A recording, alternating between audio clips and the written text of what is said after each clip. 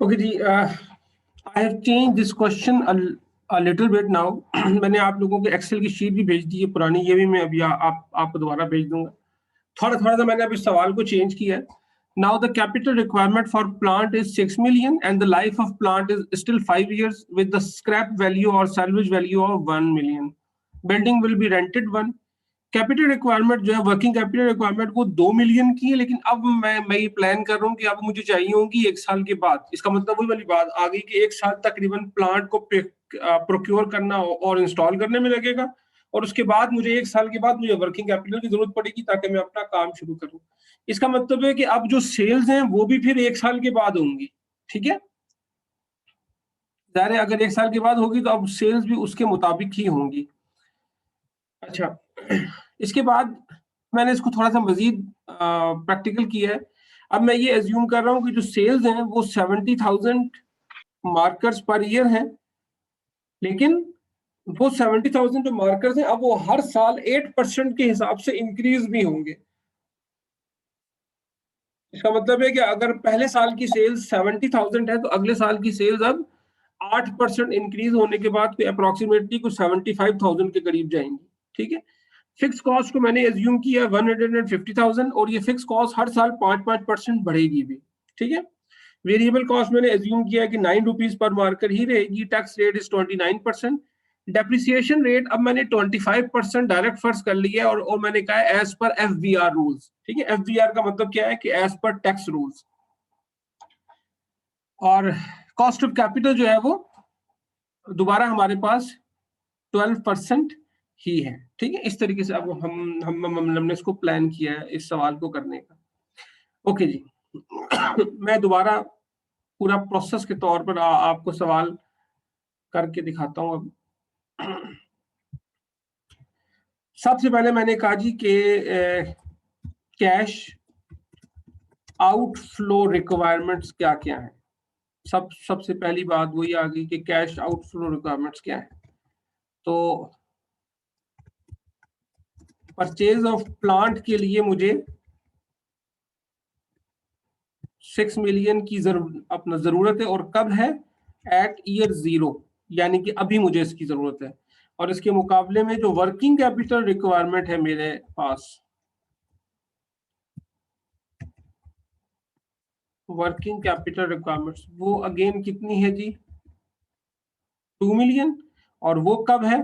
वो अब है मेरे पास 1 साल के बाद। अच्छा, अब इसके मुकाबले में जो कैश इनफ्लो वाली सिचुएशन है, अब उसने क्या होना है? कैश इनफ्लो की सिचुएशन ने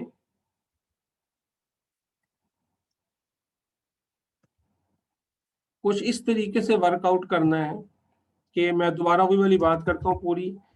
सबसे पहले ईयर, फिर मैं टेबल बना रहा हूँ पूरा सेल्स का, उसके बाद मैं बना लेता हूँ फिक्स कॉस्ट का, उसके बाद मैं बना लेता हूँ वेरिएबल कॉस्ट का, इसके बाद I am talking about depreciation expense. Depreciation expense के बाद हम बात कर रहे हैं नेट इनकम या नेट प्रॉफिट की। उसके बाद हम बात कर रहे हैं cash flow, sorry, net income after tax की। उसके बाद हम बात कर रहे हैं कैश फ्लो आफ्टर टैक्स की। और उसके बाद फिर हम बात कर रहे हैं present value factor at the rate of 12%, whatever is the position, and then we are talking about present value of cash flow after tax.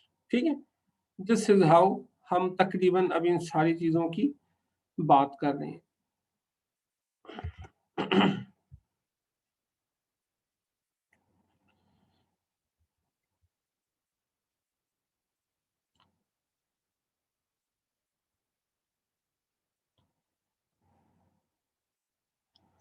Cash flow after tax,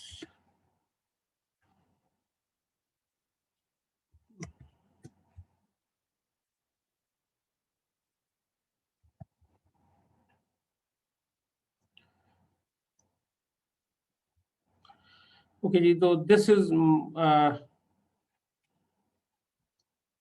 this is all about basic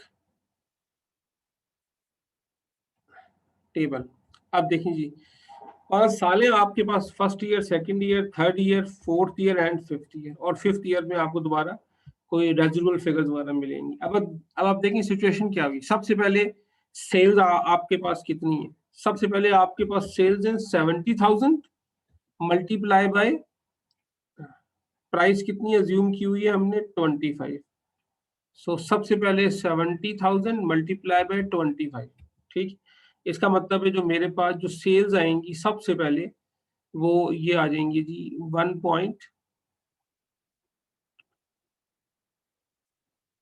1.75 million मेरे पास sales आ जाएंगी। अब problem ये है कि इस cell ने हर साल कितने परसेंट बढ़ना है? अब इस सेल ने हर साल 7-8% के हिसाब से इंक्रीज होना है। ठीक है, इसका मतलब क्या हुआ? और ये किस सेल्स ने होना है? ये इसके वॉल्यूम ने होना है। इसका मतलब है ये जो 70,000 की फिगर है, इसने हर साल 8% के हिसाब से इंक्रीज होना है। तो मैं अगर इस पर सिंपल मैथमेटिक्स अप्लाई कर लूं तो मेरे लिए ये बड़ा आसान काम होगा कि मैं इसको डायरेक्ट अगर अप्लाई करूं तो ये 1.89 मिलियन बन जाएगा, और अगले 5 सालों तक ये इसी हिसाब से चेंज होता रहेगा। ठीक है, आप इसको उस पर बड़े आराम से निकालने की सिचुएशन में होंगे। 5 साल की आपके पास सेल्स आ गई। फिक्स कॉस्ट के क्या थी आपके पास? पहले साल उन्होंने बता दिया जी कि ये जो फिक्स कॉस्ट है ये पहले साल होनी है आपकी तकरीबन 150,000। ठीक है, क्योंकि ये 150,000 होनी है, और उसके बाद इसने हर साल 5% के हिसाब से इंक्रीज होना है। ठीक है, तो मैंने इस पे बड़े आराम से ये 5% वाला कॉन्सेप्ट लगा दिया। ये मेरे पास फिक्स कॉस्ट की सिचुएशन आ गई। ठीक है जी, वेरिएबल कॉस्ट के बारे में मुझे सवाल में बता दिया गया है कि वेरिएबल कॉस्ट का क्या स्टेटस होना है, 9 रुपीज पर मार्कर। इसका मतलब है इसके अंदर कोई चेंज नहीं आनी। ठीक है, 70,000 मल्टीप्लाई बाय 9।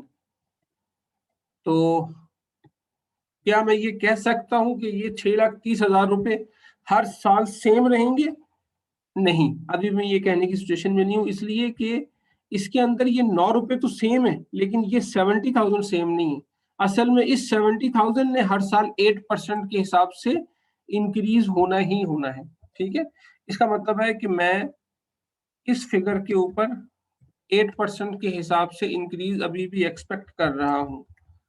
ठीक है, तो ये मेरे पास ये सारी फिगर्स आ गई वेरिएबल कॉस्ट की। ठीक है, अब जो मसला है वो इसका आ गया डेप्रिसिएशन का, जो कि जरा थोड़ा सा क्रिटिकल मसला है। इसको समझना थोड़ा सा अलग से काम है पूरा।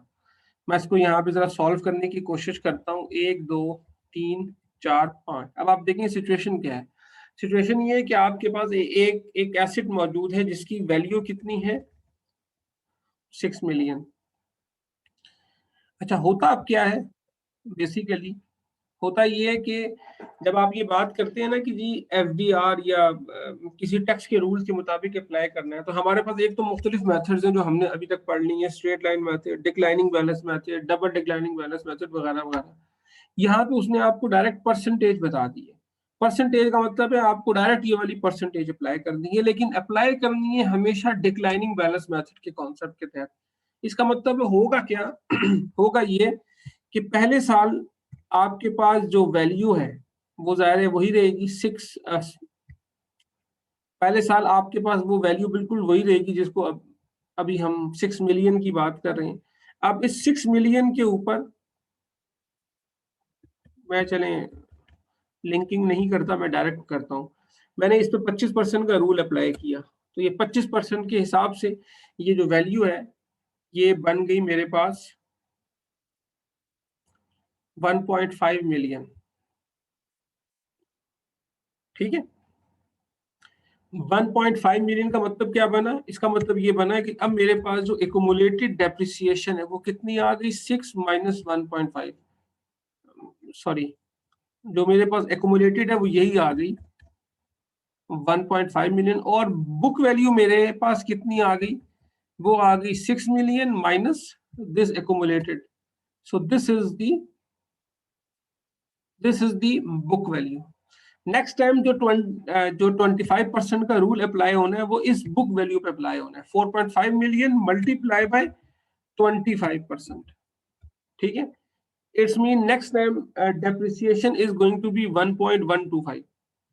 अगेन जब मैंने एक्यूमुलेटेड का कॉन्सेप्ट अप्लाई किया तो this figure plus this figure, this is accumulated. और अगले केस में क्या हुआ, अब ये मेरे पास सिचुएशन आ गई 6 million minus accumulated depreciation. Next time दोबारा अब मैंने क्या फिर किया, अब डेप्रिसिएशन किस पे अप्लाई होनी है, जो अमाउंट बाकी बच गई है book value, this amount multiply by 25%, ठीक है। इसी तरीके से यहाँ पे दोबारा यहाँ पे मैंने अप्लाई किया, so this is what, this is again my book value concept, accumulated depreciation concept. और यहाँ पे क्या हुआ कि this is my book value.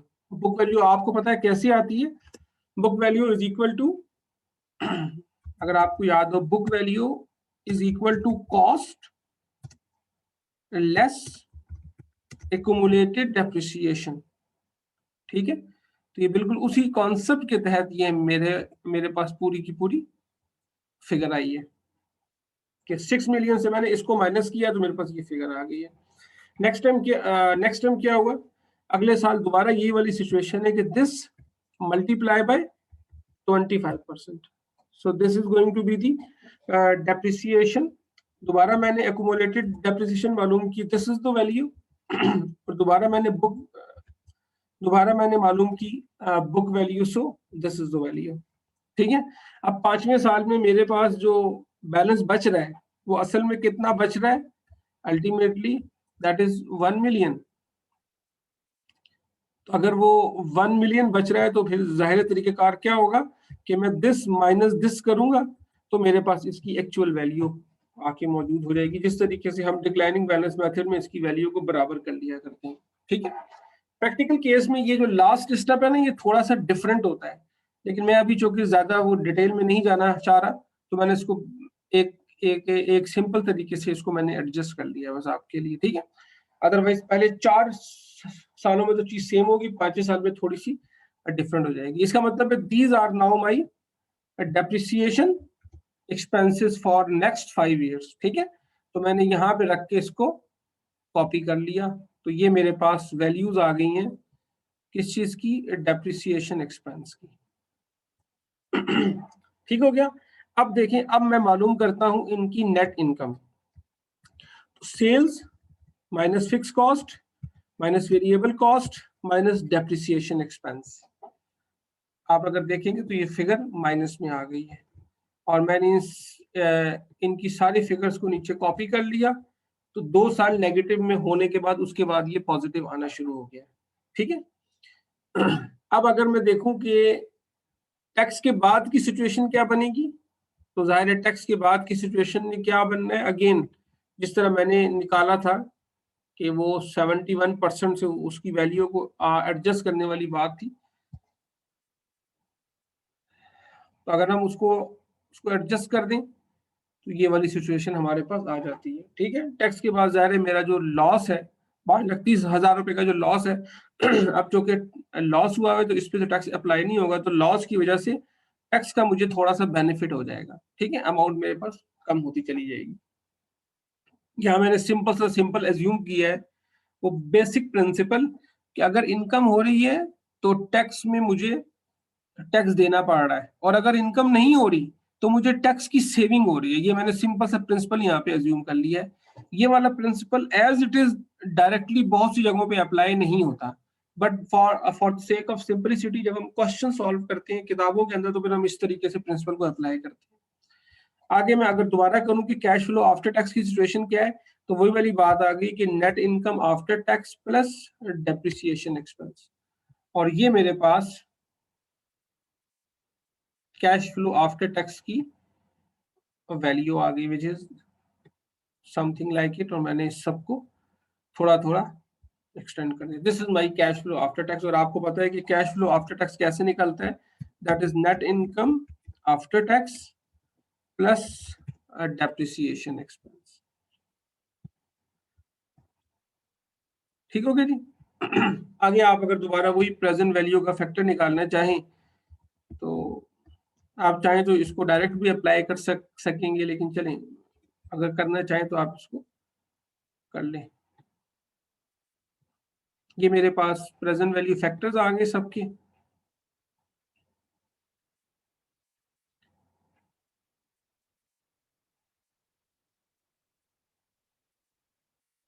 और आगे मैंने प्रेजेंट वैल्यू ऑफ फैक्टर को मल्टीप्लाई कर दिया कैश फ्लोज के साथ।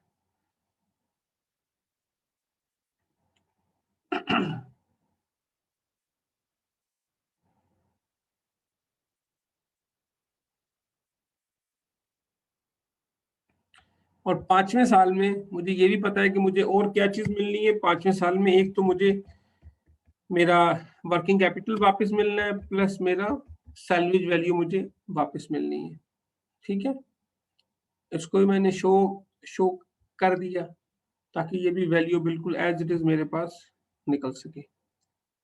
सो अब मैंने अगर इस सबको जमा कर लूँ यहाँ पे तो मेरे पास जो वैल्यू आती है वो कुछ इस तरीके से आ जाती है कि that is 5.675 million। This is my present value of cash flow after tax. ठीक है, अब मैं अगर यहाँ पे निकालूं दोबारा से कि मुझे क्या चीज मालूम करनी है, मुझे मालूम करनी है नेट प्रेजेंट वैल्यू। और नेट प्रेजेंट वैल्यू किसके बराबर है? मैंने कहा present value of cash inflows minus present value of cash outflows. अब आप देखें, सबसे पहले मैं अगर मालूम करूं कि present value of cash inflow क्या है तो वो मुझे बड़े आराम से पता है कि जी this is the present value of cash inflows. This is the value जो कि मेरे पास आ रही है इसकी। और दूसरा जब मैं मालूम करूं present value of cash outflow, outflow के अंदर देखें सिचुएशन क्या हुई। आउटफ्लो के अंदर सिचुएशन कुछ इस तरीके से हुई कि सबसे पहले तो मुझे आज ही के दिन जो पैसे चाहिए थे वो कितने चाहिए थे, यहाँ पे आपको नजर आ जाएगा। मेरा ख्याल है 6 मिलियन एक चाहिए थे और 2 मिलियन एक चाहिए थी। यस, तो मुझे जो वैल्यू चाहिए थी वो क्या क्या चाहिए थी? एक फिगर चाहिए थी 6 मिलियन की, प्लस दूसरी फिगर चाहिए थी 2 मिलियन की। लेकिन वो चाहिए कब थी मुझे फिगर? वो मुझे फिगर चाहिए थी 1 साल के बाद। इसका मतलब है मैंने ये इसको मल्टीप्लाई करने के बजाय मैं अगर इसको यहाँ पे डिवाइड कर दूं तो दिस इज द वैल्यू। ये वो वैल्यू जो कि मुझे असल में चाहिए थी 2 मिलियन और 6 मिलियन। तो मैं अगर इसकी प्रेजेंट वैल्यू देखूं तो आप देखिएगा अब ये 6 और 2 8 मिलियन नहीं होगी बल्कि इससे थोड़ी सी कम होगी। तो ये मेरे पास इसकी जो दूसरी फिगर की सिचुएशन आ गई वो मेरे पास ये आ गई कि कैश इनफ्लो 5.6 मिलियन है और कैश आउटफ्लो जो है वो मेरा ज्यादा है अभी भी। अब जब मैं निकालूं दोबारा यहाँ पर नेट प्रेजेंट वैल्यू, तो अगर मैं नेट प्रेजेंट वैल्यू को यहाँ पे यूज करूं तो अब मेरे पास सिचुएशन क्या बनती है? Cash inflows minus cash outflows. तो स्टिल मेरा जो नेट प्रेजेंट वैल्यू है वो अभी भी जीरो की माइनस के केस में ही मौजूद है। माइनस का मतलब है कि this project is still not feasible. ये प्रोजेक्ट मेरा अभी भी फीजेबल नहीं है। ठीक है जी, इस सवाल के अंदर हमने किया क्या है, हमने चीजों को थोड़ा सा डिफरेंट पर्सपेक्टिव में देखने की कोशिश की है कि हाँ अगर बेसिकली फिगर्स चेंज हो रही हो तो किस किस लिहाज से ये सिचुएशन बनती है। ठीक है, अच्छा ये देखिए अगर ये 12% के ऊपर फीजेबल नहीं है, अब मेरे सामने ये ऑप्शन मौजूद है कि मैं इसका IRR निकालूं और देखने की कोशिश करूं कि असल में अगर ये इस पे भी फीजेबल नहीं है तो फिर ये किस वैल्यू के ऊपर जाके फीजेबल होगा। तो IRR निकालना इसका एक और दूसरा कॉन्सेप्ट हो सकता है। अगर आप चाहें तो हम इसका यहाँ पे IRR निकाल लेते हैं कि मैं अगर इसको बिल्कुल उसी तरीके से कर लूं कि फर्ज करें ईयर मेरे पास कौन कौन से हैं, 4 5 चूँकि मैंने सारी फिगर्स निकाली हुई हैं, कैश फ्लो आफ्टर टैक्स मेरे पास मौजूद है, और मैं अगर इसको डायरेक्ट यहीं से इसकी ये वाली फिगर उठा लूँ तो ये मेरे पास सारे के सारे कैश फ्लोज आ जाएंगे। ये मेरे पास 5 साल के कैश फ्लोज मौजूद हैं।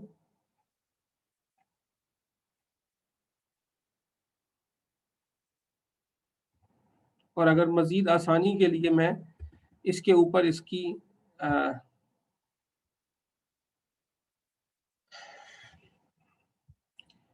इस सवाल में एक छोटी सी मिस्टेक हो गई है। इस सवाल में छोटी सी मिस्टेक ये हुई है कि हमने जो कि यहाँ पे एज्यूम किया था कि वर्किंग कैपिटल रिक्वायरमेंट 1 साल के बाद होगी।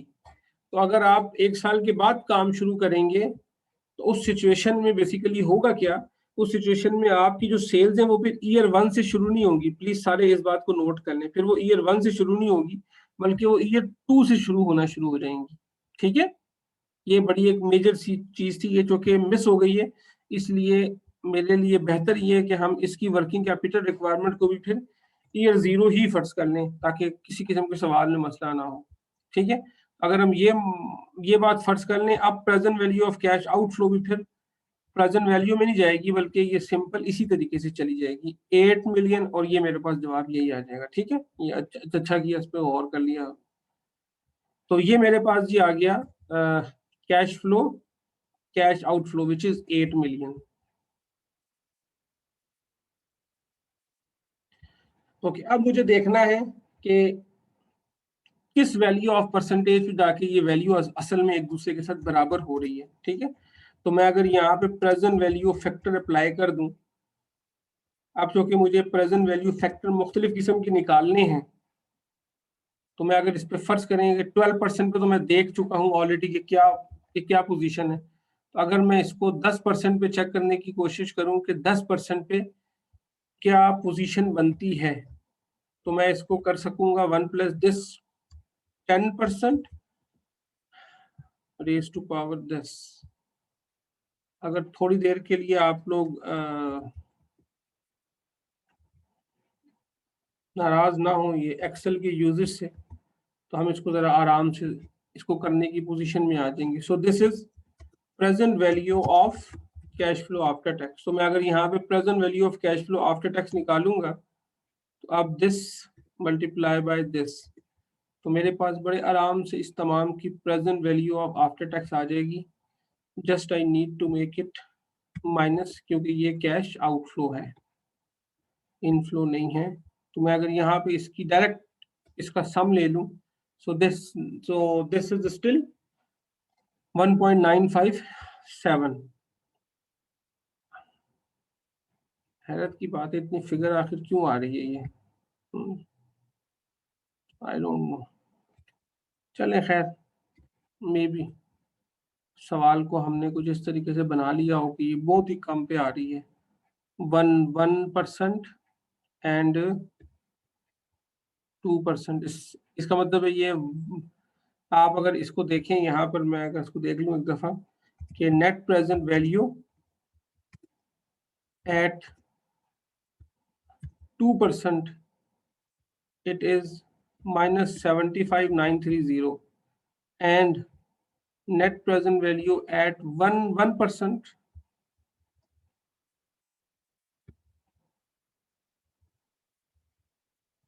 at 1% is 217,437। इसका मतलब है इसकी जो IRR है that is round about somewhere between more than 1.5%,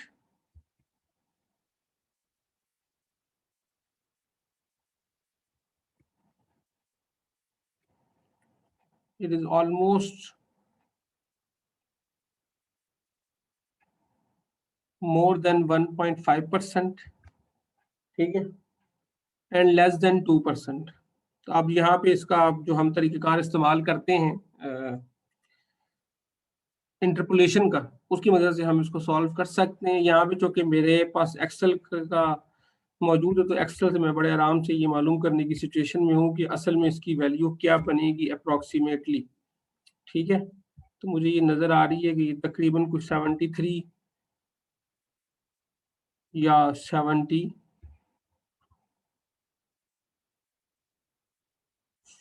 या 35 के करीब कहीं वैल्यू जाएगी। ठीक है, आप देखें ये अप्रॉक्सीमेटली ये छोटी से छोटी वैल्यू होती जा रही है। 1.735, just make it 1.738, just make it 1.736। ज़ाहिर है इस किस्म की वर्किंग जो है ये एक्सेल पे तो पॉसिबल है, लेकिन उस पे पॉसिबल नहीं है। तो वहां पे जब आप इसकी वैल्यू निकालेंगे इंटरपोलेशन की मदद से, तो आई होप कि ये जो वैल्यू है ये अप्रॉक्सीमेटली की 1.74 या 75% के करीब आपको कहीं वैल्यू मिलेगी, which is a reasonable IRR। ठीक है, ज़ाहिर सवाल जो कि मैंने बिल्कुल बैठे बैठे रफ सा बनाया था, तो इस किस्म का सवाल बन गया। तो बेसिक जो आइडिया था वो बेसिकली यही था कि किस तरीके से हमें प्रोजेक्ट एवेल्युएशंस करनी है। तो आई होप सो कि ये जो चीज़ें हैं और ये डेप्रिसिएशन का कॉन्सेप्ट वगैरह है, ये मुझे उम्मीद है आपको रीजनेबली इस सारे कॉन्सेप्ट में क्लियर हो गया होगा। इसमें अगर कोई प्रॉब्लम है तो प्लीज मुझसे डिस्कस कर लें। जी, या कोई प्रॉब्लम नहीं?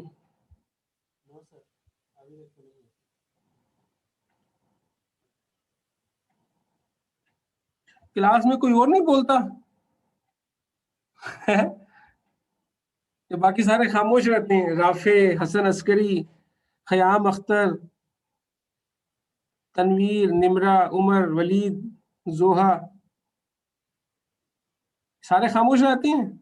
उबैदुल्लाह, जी सर, हम खामोश बच्चे। चलो, इसमें कोई प्रॉब्लम तो नहीं है? समझ आ गया बेसिक आइडिया?